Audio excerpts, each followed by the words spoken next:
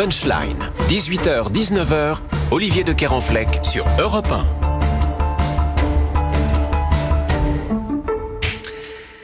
De retour dans Punchline sur CNews et Europe 1. Bienvenue si vous nous rejoignez pour vous accompagner. Gabriel Cluzel, journaliste, Véronique Jacquier, journaliste également. À vos côtés, Louis Dragnel, journaliste politique, et Jacques Morel, général de gendarmerie, ancien patron de la section de recherche de Versailles. Je vous propose à présent de revenir sur la situation en Nouvelle-Calédonie. Alors stabilisée et plus calme selon les autorités, reste que des zones sont encore à reconquérir. Ce sera le rôle des renforts qui arrivent sur place, et les témoignages en tout cas se succèdent avec un quotidien toujours très compliqué, comme nous l'expliquent ces habitants sur place. On les écoute. On se sent quand même un peu plus soutenu. Du coup, on sait qu'il y a maintenant qu'il y a l'armée qui est arrivée en nombre sur le territoire. Donc, quelque part, ça nous rassure. Et donc, voilà. Après, on n'a pas l'impression que de l'autre côté, ça calme les choses, quoi. Malgré les appels au calme timides de l'autre camp, on a l'impression qu'ils sont partis sur un rythme de rouleau compresseur et qu'ils veulent vraiment en découdre. Donc c'est ça qui fait un peu peur. On s'inquiète plus pour le moment sur le ravitaillement, par exemple, pour se nourrir, etc. Dans les magasins, là, il n'y a plus rien.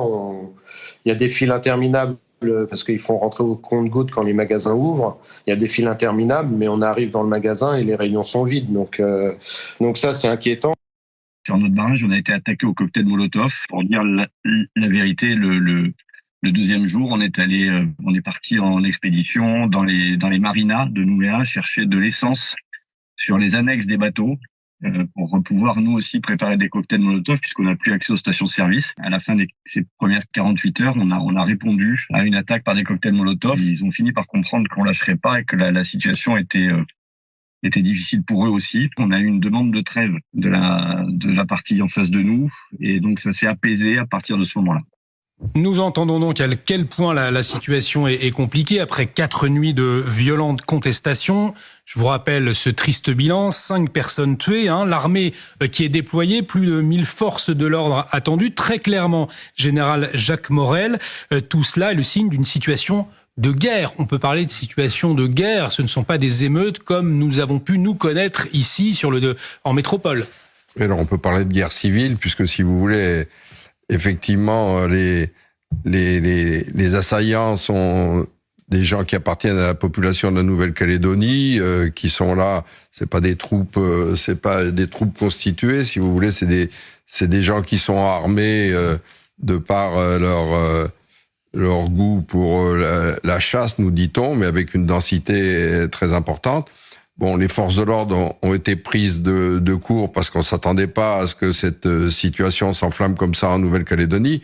Bon, maintenant, avec les renforts qui ont été amenés, on peut juger que la force est suffisante pour ramener le calme. Ça paraît d'ailleurs être le cas.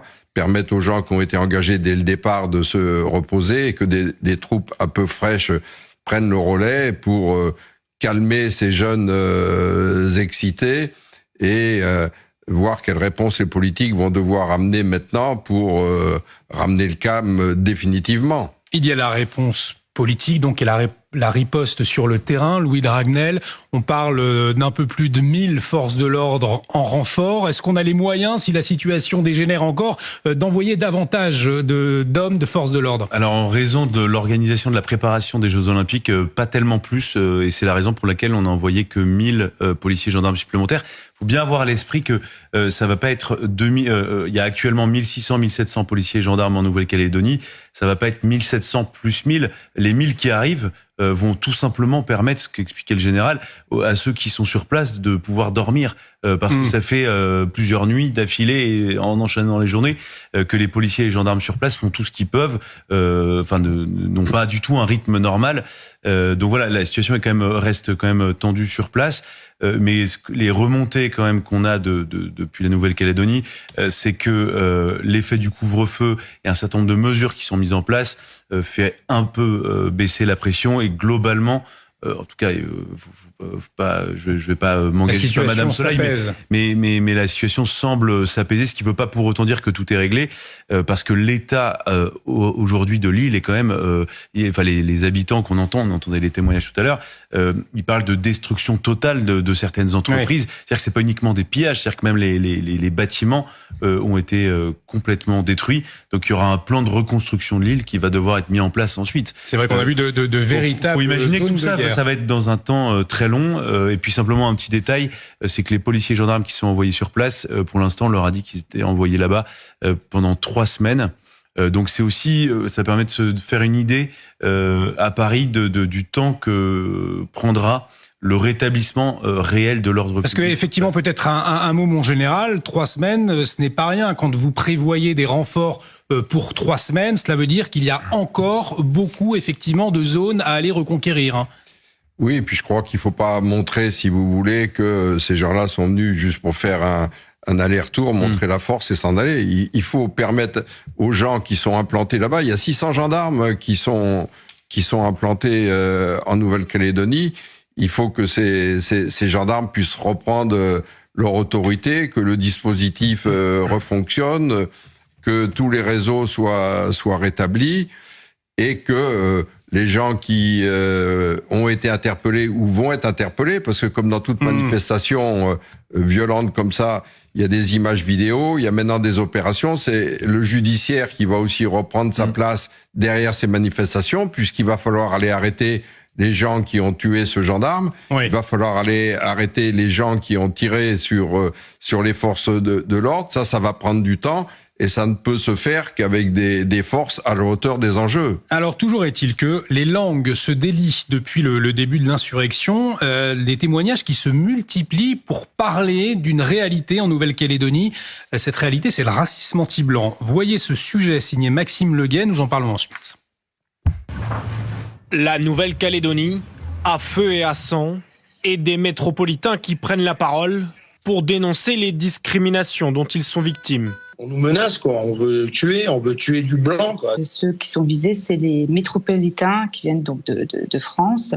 Mais le problème, c'est qu'il y a des Calédoniens et c'est jamais assez, c'est jamais des générations depuis assez de temps.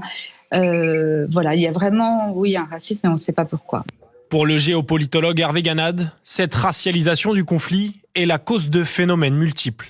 Le racisme anti-blanc provient à la fois des débuts de la colonisation, de l'arrivage de personnes émigrées, de travailleurs pour l'exploitation du nickel. Et troisièmement, il y a une notion revancharde du passé, du présent et du futur. Et tout ça, ça fait un patchwork et une sorte de volcan très éruptif. Selon les chiffres des derniers recensements, la part des Kanaks représente 41,2% de la population totale, contre 24% pour la communauté européenne. Alors, dans ce contexte, ce sondage CNews Europe 1, le JDD, publié aujourd'hui, 57% des Français considèrent que les émeutes en cours en Nouvelle-Calédonie manifestent un racisme anti-blanc. D'ailleurs, il est intéressant de noter dans ce sondage que les personnes affiliées aux partis centristes tels que Renaissance présentent des opinions assez similaires à celles des partis de droite comme le Rassemblement national. Véronique Jacquier, ce racisme anti-blanc sur l'île en Nouvelle-Calédonie, où il puise ses racines selon vous? Vous connaissez un peu la Nouvelle-Calédonie? Oui, je connais un peu la Nouvelle-Calédonie. Je suis pas une spécialiste, mais j'ai eu l'occasion d'y aller et surtout d'y rester assez longtemps. Il puise ses racines tout simplement parce que les Kanaks sont le peuple originel et que les Blancs, ce qu'on appelle les Caldoches, qui viennent de France, sont installés depuis 150 ans. Ce sont deux communautés finalement qui cohabitent, qui se tolèrent. Il y a une marginalisation de la communauté kanak, disons quand même les choses. Elle n'est pas aux manettes de ce qui est économique, elle n'est pas non plus aux manettes de ce qui est politique, et elle est géographiquement cantonnée au nord de l'île, notamment la partie, notamment le fief des Kanaks s'appelle Yengen, et aux îles Loyauté, Maré, Lifou et Ouvéa. Ouvéa, où souvenez-vous, en 88, il y avait eu le massacre d'Ouvéa, c'est-à-dire des indépendantistes qui avaient pris en otage une vingtaine de gendarmes, et ça s'était soldé par la mort de 19 indépendantistes et la mort aussi de 2 gendarmes. Ça avait été incroyablement violent. C'est à partir de cet épisode sanglant qu'on avait mis sur pied les accords de Nouméa, où on avait dit on se donne 25 ans pour trouver une solution, pour faire en sorte que ces peuples arrivent à vivre ensemble, puisqu'on sait qu'ils ne vivent pas ensemble.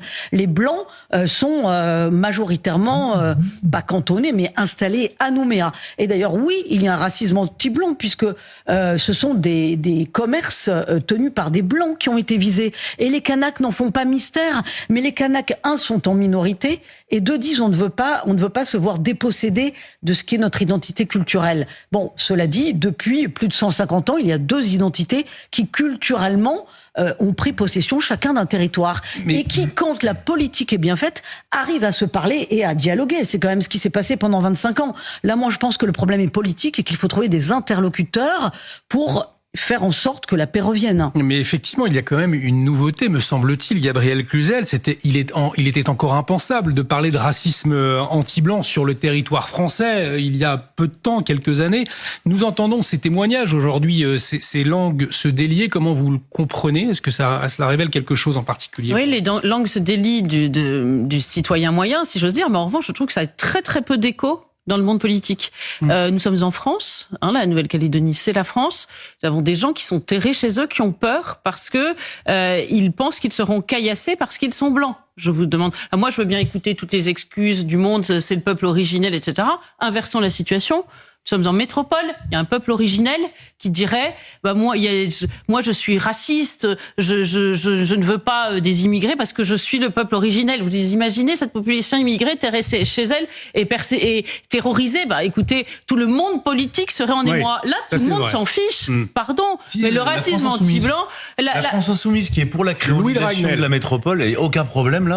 En revanche, est totalement opposée à la créolisation et au mélange. Exactement, mais en Nouvelle-Calédonie. Ce qui est très intéressant, c'est qu'on voit se dessiner une rhétorique complète et presque mondiale, tout à fait simpliste, une espèce de vulgate qui dit que le blanc, c'est le colonisateur, alors qu'il soit juif en Israël, français en Nouvelle-Calédonie ou français en Algérie. Et c'est absolument absurde, parce que vous savez très bien que, par exemple, les Algériens, ils sont à la fois colonisés et colonisateurs dans leur histoire, puisqu'ils ont colonisé les Berbères en leur temps, avant que les arabo-musulmans arrivent au 7e siècle. Eh bien, il y avait des Berbères qui étaient notamment chrétiens et animistes. Donc tout cela, évidemment, est une vulgate facile, mais à empoigner la France insoumise et un certain nombre d'autres pour dire que finalement le racisme anti-blanc se justifie parce que le colonisateur a été abominable. Donc moi je crois que les politiques devraient faire extrêmement attention à tout ce qui se passe en Nouvelle-Calédonie. Peut-être un dernier mot, effectivement, Louis Dragnel. Derrière ce racisme anti-blanc, comme le soulignait Gabriel Cluzel, c'est aussi une haine de l'Occident qui s'est manifestée, et avec derrière des partis politiques qui soutiennent à l'extrême gauche, vous le disiez très bien, LFI.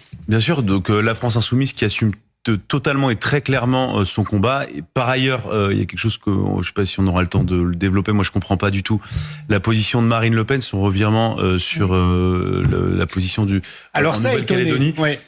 Et par ailleurs, et je trouve que ce n'est pas un détail, la question calédonienne fait l'objet d'ingérences étrangères, c'est-à-dire qu'il y a des puissances étrangères comme l'Azerbaïdjan, la Turquie, la Chine, et précisément, et ils voient la faille.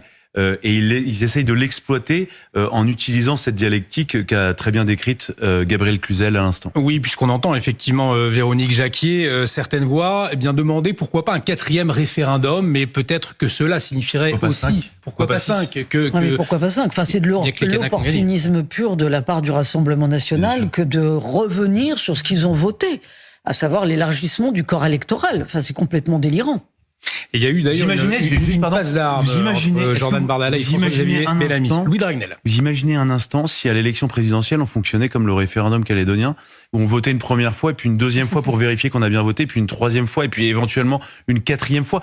Je sais bien que le scrutin était imparfait. Mais la passe d'armes a été assez... sur un processus qui a duré 25 ans. Bien sûr. En un mot, juste pour conclure sur cette passe d'armes que vous avez peut-être vue sur les réseaux sociaux entre Jordan Bardella et François-Xavier Bellamy, pour nous éclairer en quelques quelques secondes, Gabriel. Vous savez, parce que depuis quelques semaines, on dit finalement qu'il y a un papier de cigarette entre certains candidats aux européennes, François-Xavier Bellamy, Jordan Bardella et Mario Maréchal. Jordan Bardella a même avoué, entre guillemets, qu'il avait proposé la 3e place à François-Xavier Bellamy. Nous suivrons tout cela puisque ils se sont accrochés. Puisque nos programmes continuent sur Europe 1. Dans un instant, restez avec nous. C'est Jacques Serret qui vous accompagne. Bonsoir, mon cher Jacques. Bonsoir, alors, quel est le programme ce soir? Écoutez, de l'info, des invités, du débat, et nous serons en ligne dans quelques instants avec le grand rabbin de France, Haïm Corsia. Rendez-vous à ne pas manquer donc sur Europe 1 dans un instant. Autre rendez-vous à ne pas manquer, ce sera lundi soir face à Jordan Bardella, lundi à 21h sur CNews et sur Europe 1 en partenariat avec le JDD, une émission orchestrée par Laurence Ferrari et Pierre de Villeneuve. Notez-le dans vos agendas, lundi soir 21h. Et puis sur CNews, il est prêt, votre rendez-vous du vendredi soir. Philippe Devilliers face à Philippe Devilliers, c'est tout de suite avec Geoffroy Lejeune, le tout orchestré par Elliot Deval. Un grand merci pour votre fidélité. Merci à David Poujol, Marine Durusquet, Alexis Leprince de m'avoir aidé à préparer cette émission, ainsi qu'à toutes les équipes techniques. Merci à tous les quatre, c'était un plaisir. Olivier. À très vite sur CNews et Europe 1.